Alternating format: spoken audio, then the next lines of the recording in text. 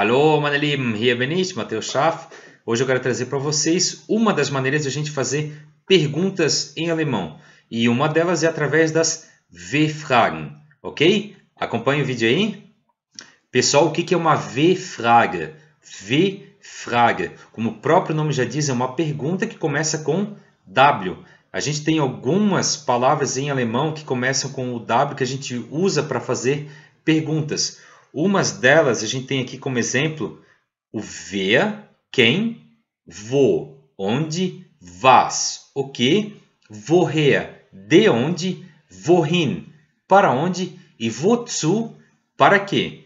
Eu quero mostrar para vocês alguns exemplos de como que a gente pode utilizar essas W-Fragewörter, ou seja, são palavras que começam com W que a gente utiliza para fazer perguntas. Vamos lá? Pessoal, eu dividi essa explicação entre as W-Frage, que são as perguntas que a gente vai fazer, e as respostas, die Antworten, ok? O que eu quero que vocês prestem atenção é na posição que cada elemento da frase vai ocupar, principalmente na posição do verbo, tá bem? Vamos lá? Olha ali, a gente tem posição 1, posição 2 e posição 3, tanto para W-Frage quanto para Antwort. Vamos ao primeiro exemplo. A gente tem a frase Wie heißt du? Wie heißt du? Como você se chama? Qual que é a resposta que eu posso dar? Ich heiße Tim.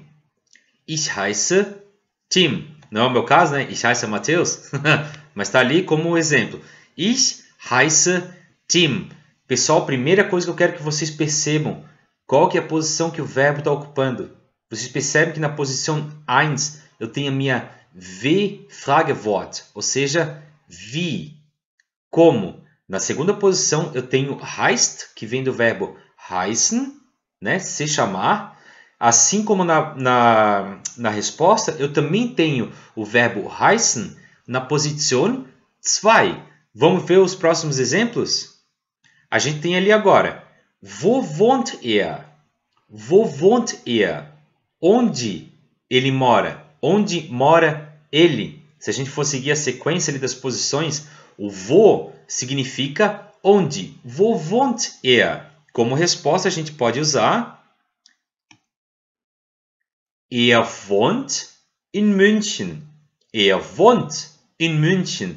Pessoal, qual que é a posição que o verbo está ocupando, tanto na W-Frage quanto na Antwort? Vocês percebem que ele está sempre ocupando a posição 2.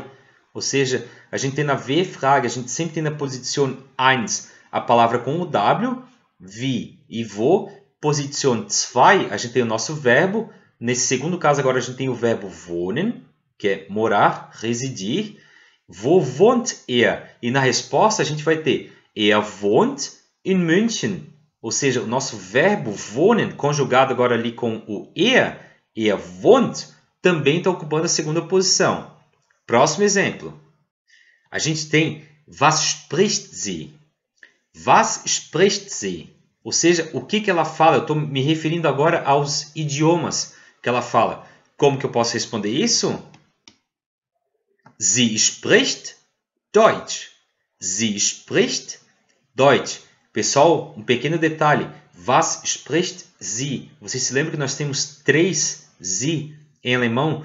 Qual dos sie que eu estou me referindo agora? Ao sie de feminino, ao sie de mulher, ou seja, singular feminino. Was spricht sie? Vocês percebem que ali anteriormente eu tinha wo wohnt er? Percebem a terminação do T? Wo wohnt er? Was spricht sie? Ou seja, eu estou usando a terceira pessoa do singular do verbo sprechen, que é o sie. Se eu tivesse o sie formal ou o sie plural, eu teria was sprechen sie. A mudança seria daí tanto no S maiúsculo, que seria para o sie formal. Se fosse eles ou elas, seria S minúsculo. Vamos dar sequência? Meus amigos, a gente tem agora a seguinte frase. Woher kommst du? Woher kommst du? Uma das primeiras frases que a gente aprende no curso de alemão. Onde é que está o verbo ali? Mais uma vez. Position 2. Como que eu posso responder isso? Ich komme aus Brasilien. Ich komme aus Brasilien. Eu estou usando agora ali o verbo kommen. Ich komme aus. Vocês se lembram que a gente podia usar o verbo kommen tanto para Land, país, quanto para Stadt, estado, quanto para Stadt, cidade. Ali eu estou usando o exemplo de Brasilien, país. Próximo exemplo, a gente tem Wann gehst du nach Hause? Wann gehst du nach Hause? Quando que você vai para casa? Esse que é o significado do wann. Eu estou usando agora o wann, não confundir com o wenn, que isso daí é utilizado em resposta, a gente vai ver mais depois ainda que é utilizado para orações condicionais, né, as Nebensätze. Ou seja, wann gehst du nach Hause? Como que eu posso responder isso? Eu posso responder heute gehe ich nach Hause. Heute gehe ich nach Hause. Mais uma vez, ambos os verbos ali, o verbo gehen conjugado nas seguintes situações, tanto na W-Frage quanto na Antwort, sempre ocupando a segunda posição. Agora nós temos aqui, wozu brauchst du das? Wozu brauchst du das Buch? Wozu brauchst du das Buch? Para que? Wozu? Para que você precisa do livro? Essa aqui é a minha W-Frage. Eu estou usando ali o wozu agora. Para que brauchst du das Buch?